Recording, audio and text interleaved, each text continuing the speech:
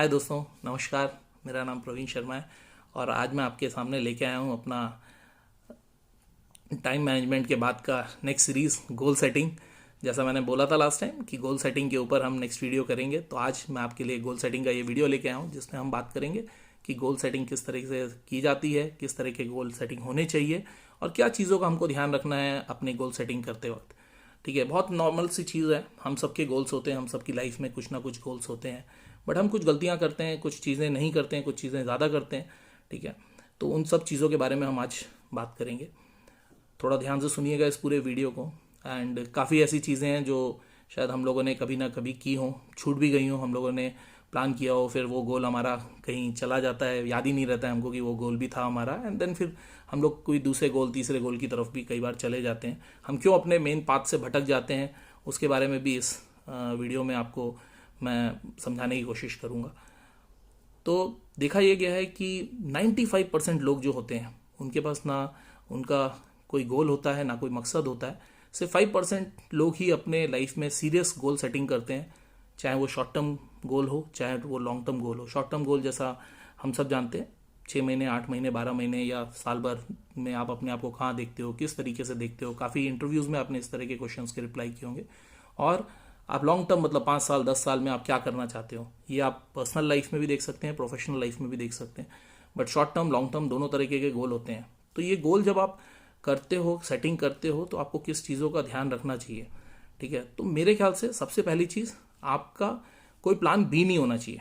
ठीक है, अगर आपने एक गोल डिसाइड किया है, आपने सोचा है कि मेरे को ये करना है, मेरे को ये बनना है, या मैं ये चीज़ खरीदना चाहता हूँ, ये कार खरीदना चाहता हूँ, ये बाइक खरीदना चाहता हूँ, या ये बैंक बैलेंस बिल्टअप करना चाहता हूँ, तो उसका दूसरा प्लान नहीं होता, उसका एक ही प्लान होता है। मकसद सिर्फ एक ही होता है कि आपके पास प्लान एक ही होगा, आपके पास दूसरा कोई भी प्लान नहीं होगा। तो we should have only single plan, one goal setting. ठीक है, उसका बैकअप नहीं होता है। ठीक है, तो मैं इससे जुड़ी आपको एक स्टोरी सुनाता हूँ। एंड स्टोरी का नाम है बर्न योर बोट। ठीक है, और ये बहुत इंपॉर्टेंट चीज़ है। ठीक है, क्यों? क्योंकि अगर आपके पास प्लान बी हुआ ना, तो आप कभी भी प्लान ए पकड़ नहीं पाओगे। तो आपका पहला गोल जो आपने रखा है, अगर वो आपको अचीव करना है, आपका प्लान बी नहीं होना चाहिए। तो बर्निंग बोट एक स्टोरी है, थोड़ी संक्षिप्त में सुनाऊंगा। एंड ये शायद आप कहीं पे सर्च करोगे तो आपको मिल भी जाएगी, यूट्यूब पे कहीं पे आपको मिल भी जाएगी ये वीडियो। तो बर्निंग बोट्स में क्या होता है, 1519 में, 1519 की बात है। हर्नांडो करके एक सैलानी होते हैं जो अपनी पूरी सेना को लेके निकलते हैं। उनको किसी ने बताया था कि मैक्सिको करके एक आइलैंड है जहाँ पर कि बहुत सारा गोल्ड है, बहुत सारा पैसा है, बहुत सारी चीज़ें हैं।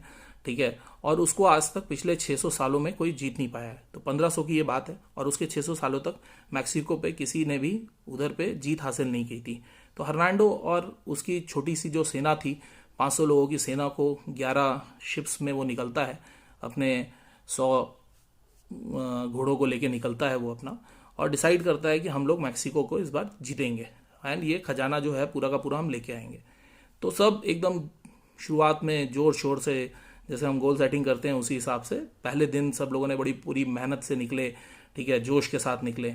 धीरे धीरे रास्ते में लोगों में बीच में बात होने लगी, यार 500 साल से वहाँ पे किसी ने जीत हासिल नहीं की है, अगर 500 साल से जीत नहीं मिली है तो अब हम लोग जाके कैसे कर पाएंगे, क्या कर पाएंगे। और ड्यूरिंग उस पूरे जो जर्नी थी, जो पूरा तय कर रहे थे रास्ता, तब लोगों को बातों बातों में हर्नांडो के पास ये बात पहुंचती है कि जो ये हमारी टीम है, या जो हमारे साथ लोग हैं, 500-600 लोग हमारे साथ जो सोल्जर्स हैं, उनका मोरल धीरे धीरे टूट रहा है। तो हर्नांडो क्या करता है, जैसे ही वो मैक्सिको के समुद्र की तट पे पहुंचता है, वहाँ पे सारे सामान, पूरी अपनी टीम को बोलता है कि आप अपने पूरे सामान उतार लीजिए। एंड जैसे ही वो सारे सामान उतार लेता है, तो सारे सामान निकाल के बाहर रखने के बाद वो सारी बोट्स, जो 11 बोट्स में जिनमें ये सारे सैनिक गए थे, 500-600 सैनिक हमारे गए थे, वो सारे सैनिक को बोलता है कि अब ये बोट को आप जला दो, बर्न योर बोट। ठीक है, तो उससे क्या होता है, जैसे ही वो बोट्स जला देता है और वो पीछे बोट जल रही होती है उसके पीछे, और सारे सैनिक आगे खड़े होते हैं, वो बोलता है मेरे पास आपके लिए बताने के लिए मेरे पास कोई स्पीच नहीं है, मैं आपको कुछ बता नहीं सकता, मैं आपको कुछ नया मोटिवेशन नहीं दे सकता। हम सब लोगों ने पहले अच्छा किया, हम सब लोगों ने बहुत लड़ाई की है, जीते हैं, ठीक है, यहाँ पे भी हम जीतने के मकसद से आए हैं। बस आज हमारे पास पीछे जाने का रास्ता नहीं है, हमारे पास प्लान बी नहीं है। आए हैं, हमने अपनी बोट पीछे जल रही है, वो हमने बोट जला दी है। अब हमारे पास एक ही ऑप्शन रह गया, लड़ना है और जीतना है। ठीक है, लड़ेंगे, जीतेंगे और ये पूरा खजाना लेंगे, इनकी ही बोट लेंगे और इसी में हम वापस जाएंगे। तो इस मकसद के साथ सारे के सारे जितने भी सैनिक थे उनको वो ये बात बोलता है और उनको मोटिवेट करता है, उनको बोलता है कि हमारे पास अब कोई प्लान भी नहीं है, यहाँ से हम वापस नहीं जा सकते, दो चार बच नहीं सकते हैं, लड़ना है, जीतना है और वही सिर्फ एक मकसद है।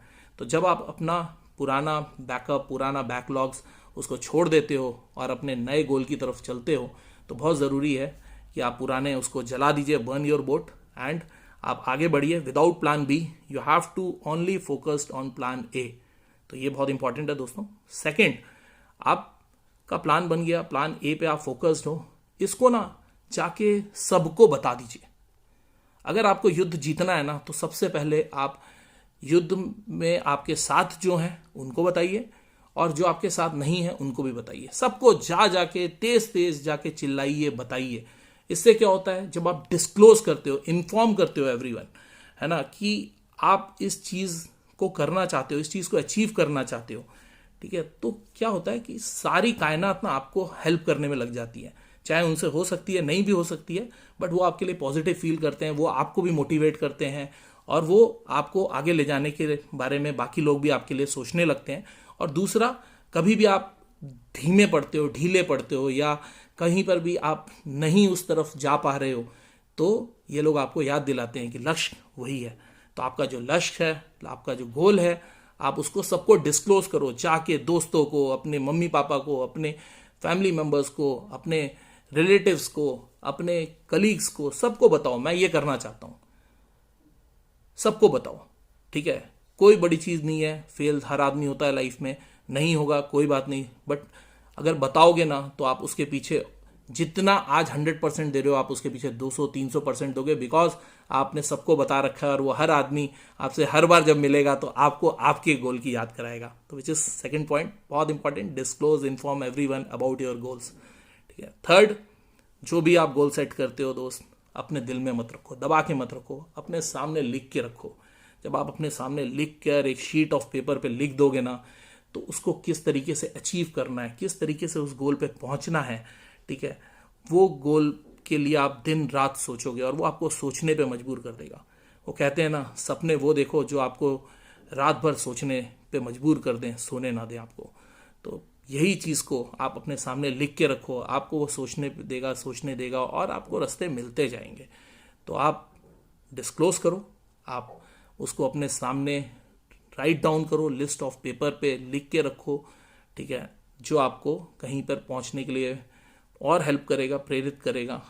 एंड लास्ट पॉइंट, आपका जो कोच हो, मेंटर हो, इंस्ट्रक्टर हो, उनको आप ये चीज़ें बता के रखें, सो दैट कि किस तरीके से पॉजिटिवली आपको ये गोल अचीव करना है, इस चीज़ पर पहुंचना है, ठीक है, वो आपको टाइमली इवेल्युएट करते रहें, उसके बारे में टाइमली रिव्यू करते रहें, आपके साथ डिस्कस करते रहें। ठीक है, इट इज़ नॉट अबाउट कि आप कोई प्रोफेशनल मेंटर, प्रोफेशनल लीडर या प्रोफेशनल इंस्ट्रक्टर रखें। इट इज़ मोर अबाउट, आपने किसी के साथ भी काम किया होगा, किसी भी तरीके का दोस्त, किसी भी तरीके का इंसान जो आपसे ज़्यादा समझ रखता है, आप उसके व्यूज़ लेते रहिए। मेंटरिंग एक बहुत अच्छी एक्सरसाइज है। ठीक है, मैं तो ये उम्मीद करता हूँ कि आप अपने मैनेजर्स से बोलिए कि वो आपको मेंटरिंग करें, आपको हेल्प करें आपके गोल अचीव करने में। And last but not the least is that a person without any goal is traveling without any focus। किसी भी बिना फोकस के वो अगर पढ़ता रहेगा तो उसका कोई भी लाइफ में कोई भी बेनिफिट नहीं होगा उसको। Thank you and all the best. Please make your goal, अच्छा गोल सेटिंग कीजिए एंड बर्न योर बोट अपनी बर्न करिए, कोई प्लान बी नहीं होना चाहिए।